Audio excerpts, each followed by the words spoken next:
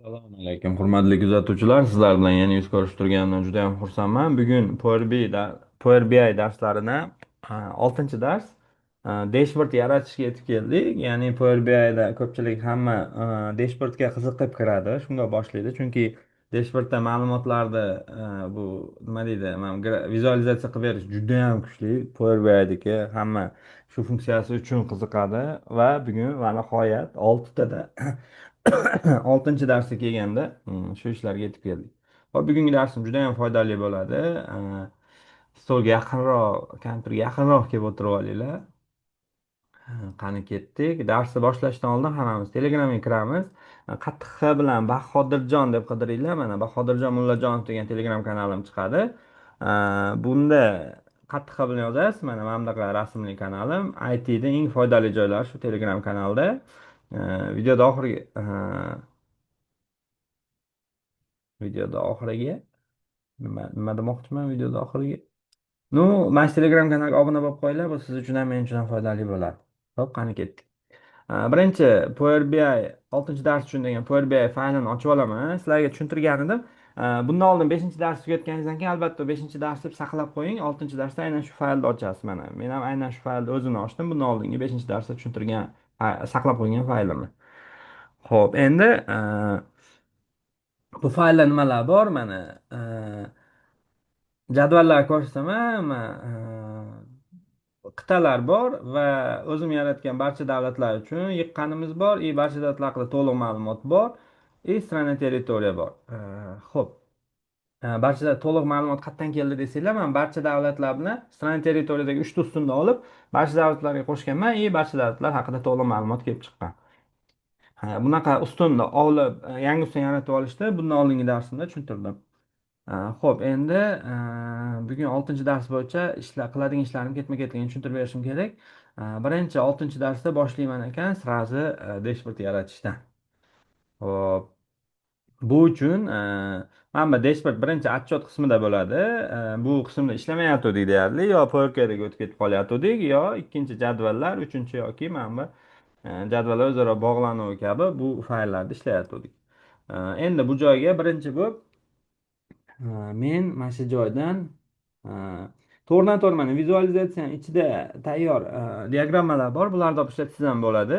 Hozircha mana filtr qismi menga kerak emas, shuning uchun mana bu chet knopka bilan mana titraytirib turaman bu joyi va daniy qismi va vizualizatsiya bilan ishlayman.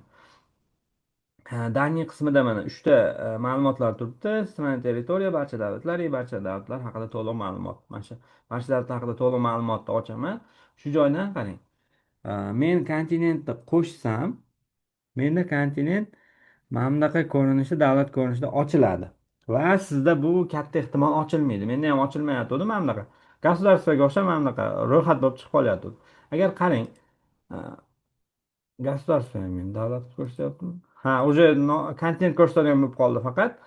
Agar sizda mana bunaqa ma'lumot noto'g'ri ketib qolsa, mana bu chetida 3 nuqta bor, shuni bosib udalить qilib o'chirsanglar bo'ladi. Mana bu yerda vizualizatsiya. Mana государствоga qo'ysam, mana davlatlar ro'yxati chiqadi. Sizda ham katta ehtimol kontinentni qo'ysangiz shunaqa davlatlar, kontinentlar ro'yxati chiqishi mumkin, qit'alar. Agar shunaqa holatlar bo'layotgan bo'lsa, mana endi kontinentga o'tsam, mana ro'yxat chiqadi. Mana bunday holat bo'lib qolsa, nima qilish kerak? Birinchi o'rinda, birinchi xato, siz mana bu kontinentni ruschada yozishingiz kerak va agar Power BI'ingiz ruscha interfeysga ko'chirib olgan bo'lsangiz, kontinentni ruscha, ya'ni qit'aligini ruscha bo'lganda tushunadi. Bu birinchi xato bo'ladi. Siz agar lotinchada yozib qo'ygan bo'lsangiz, ikkinchi, agar ruschada yozganingizda ham mana bunaqa ro'yxat chiqib kelsa, bunda nima qilinadi? Qarang, siz dostуп berishingiz kerak xaritadan foydalanish uchun. Bunda faylga kiraman, faylda eng pastda mana parametr настройки, parametrni ochasiz. Mana katta parametr oynasi ochiladi. Shu joyda siz безопасностьga o'tasiz. Безопасностьda mana bu проверка activ sertifikatni net qilasiz. Keyin ikkinchisida разрешить загрузку любое расширение без проверки предпродвижения, mana ne rekomendatsiya turadi. Shuni ikkinchisini bosishingiz kerak. Keyin mana bu galочка qo'yasiz 3 ta narsaga. Agar qo'yilgan bo'lsa e'tibor bermang. Mana shu bir xil bo'lishi kerak. Mana bu yonish, mana ikkalasi o'chiq turaveradi va mana shu holatga keltirib olasiz. Mana oyna, безопасность oynangiz.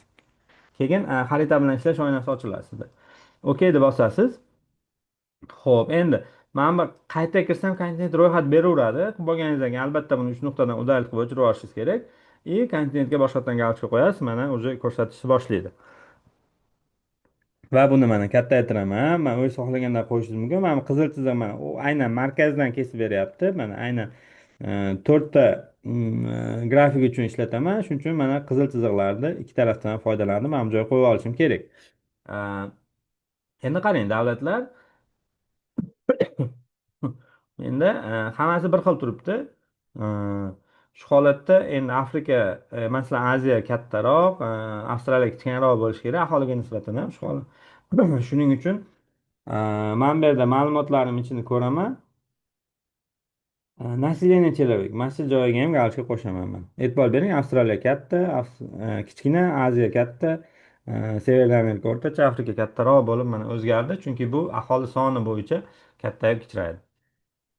Bu birinchi dashbordim uchun birinchi diagramma, ya'ni xarita. Keyingilarga diagrammalar bilan ishlaymiz. Xo'p.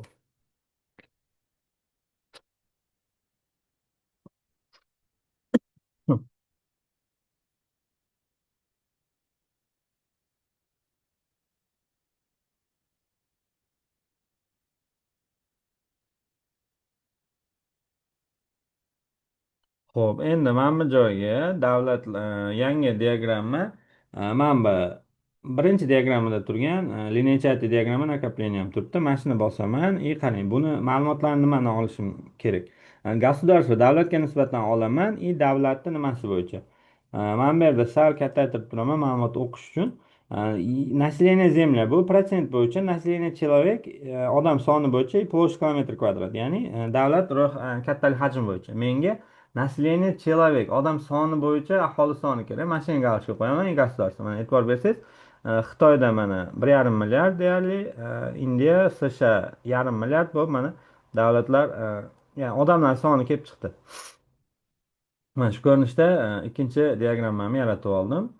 Xo'p, endi uchinchi diagrammamga men mana bunaqa dumaloq diagramma ishlataman, krugovой diagramma. Xo'p, mana bunaqasi. Mana shu joyga hozircha boshlanishiga kontinent qo'shib turaman, ya'ni qit'alar bo'yicha. Endi nasleniya zemля, ya'ni aholi sonini yer bo'yicha protsentga bo'linishi, foizlarga bo'linishi. Mana shunga qo'shaman. Mana ko'k rangda Aziya, mana juda ko'p aholi, 55% yerdagi. Afrika 15%, Amerika 12%, 8,5 Yevropa mana bu bilmayman. Okeaniya birga kiram, kirmaydi. Bosib ko'rsataman.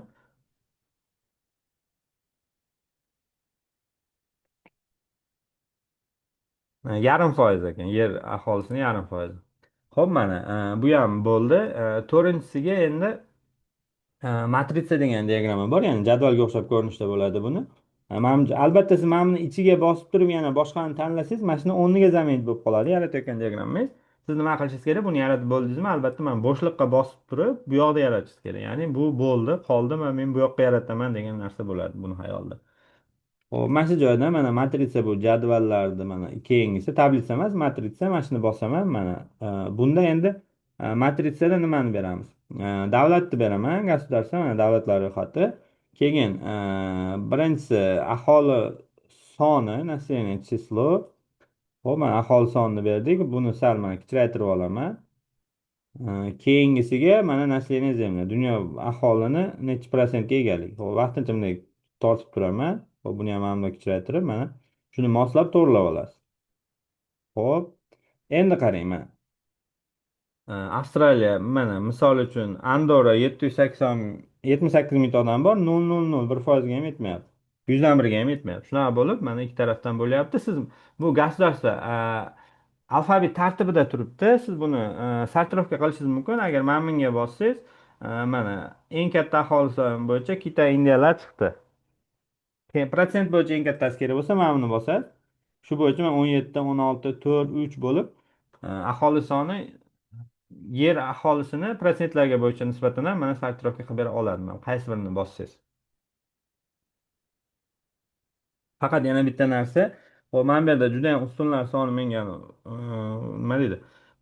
Juda ham uzun bo'lib ketgan. Shuni soddaroq tushuntirish, soddaroq qo'ymoqchi bo'lsangiz, misol uchun государствоga mana kirib, mana bu yoqdan shu nuqtadan переименовать qilasizlar yoki shunda mana ikki marta bosib ham qilsa bo'ladi. Mana davlatlar, keyin mana bu, hop, nimani bosib yubordim?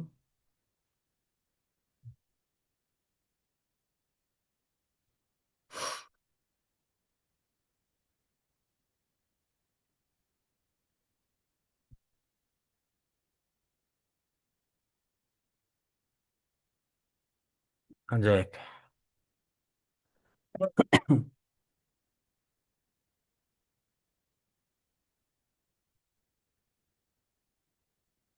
No, mayli, mana tugatib olay.